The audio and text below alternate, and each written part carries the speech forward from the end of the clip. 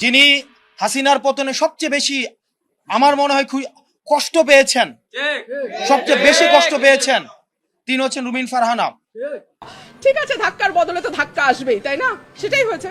যেহেতু ওদের 10 জন 12 জন মিলে কথা বলছে, সো আমি একজন কথা বলেছি আর আমার পক্ষে একজন উনি ডাক্তার, উনি কথা বলেছেন। আমি কোনো গুন্ডা বদমাশের মেলা করি নাই। করতে চাইলে করতে পারতাম, গুন্ডা আনতে চাইলে গুন্ডা আনা যায়, অসুবিধা হয় না। এই বস্তির সঙ্গে আমাদের পলিটিক্স করতে হচ্ছে এবং পলিটিক্স এখন বস্তির হাতে গেছে।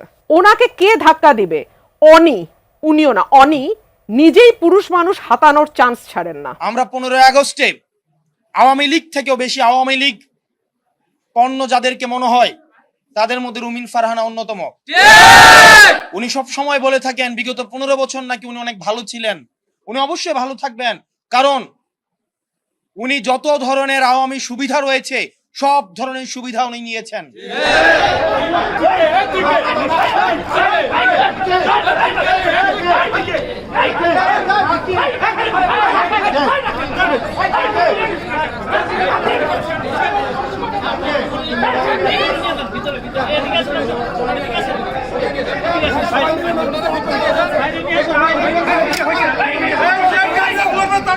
তারা যেই বিএনপির এই ফজলু সাহেব, উনাকে এখনো পর্যন্ত আমরা সম্বোধন করছি, সম্মান দেখাচ্ছি, কিন্তু উনি যে ধরনের বক্তব্য দিচ্ছেন এবং রুমিন ফারহানা যে ধরনের বক্তব্য দিচ্ছেন, যে ধরনের কার্যক্রম পরিচালনা করছেন, আমরা ধরে নিব এগুলো হচ্ছে বিএনপির হাই কমান্ডের ইনস্ট্রাকশন।